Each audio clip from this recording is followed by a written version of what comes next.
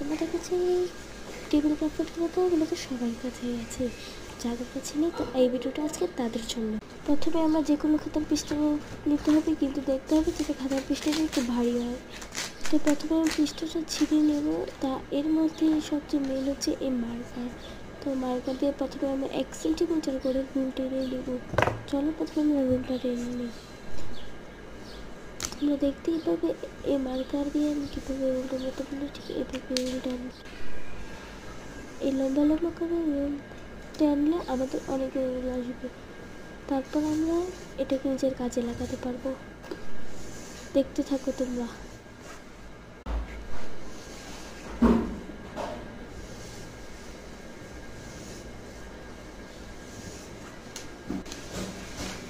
আমাদের রুল টানা হয়ে গেলে এভাবে আমাদের রোল টানা হয়ে গেলে শুধুমাত্র এভাবে টানতে হবে। ডিজাইনের জন্য আমরা এদিকে একটু দিয়ে দেবো ব্ল্যাক, চাইলে আপনারা নাও দিতে পারেন, কিন্তু আমার ভালো লাগে তাই আমি দিয়ে দিলাম। ঠিক এরকমভাবে আপনারাও দিয়ে দেবেন, আপনি না চান তাহলে দিতে হবে না। তারপর আমরা এদিকে লম্বা লম্বা করে রোল টানবো, যাতে পরে আমাদের কোনো খাতায় কাজ করতে গেলে যাতে অসুবিধা না হয়। এটা টানার জরুরি না, তারপর আমি এটা নিয়ে নিলাম, আপনারা চাইলে নাও টানতে পারেন।